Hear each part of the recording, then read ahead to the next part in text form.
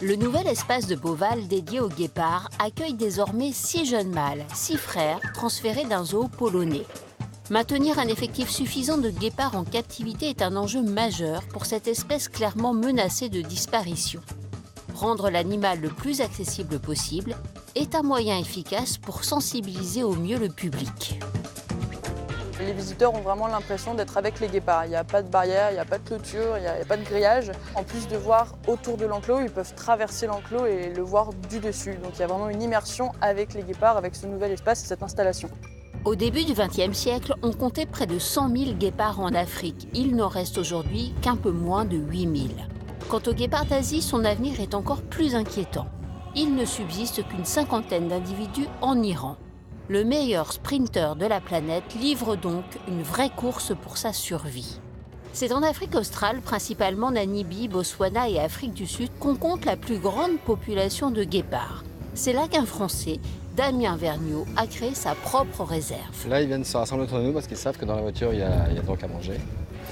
Donc là, nous, notre but, c'est d'arriver à séparer les mâles des femelles, de façon à mettre les femelles dans la meilleure position de départ pour que ce soit elles qui courent après le leur. Je veux juste que celui-là s'éloigne un petit peu. Ok, 1, 2, 3, go!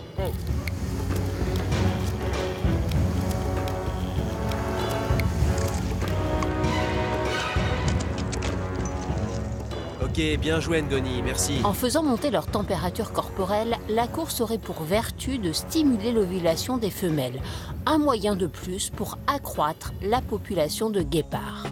Le guépard est le seul grand prédateur qui s'adapte très mal dans les réserves à cause de la concurrence avec d'autres félins. Il n'est pas rare que les bébés guépards soient tués par des lions. Leur taux de survie est donc très faible.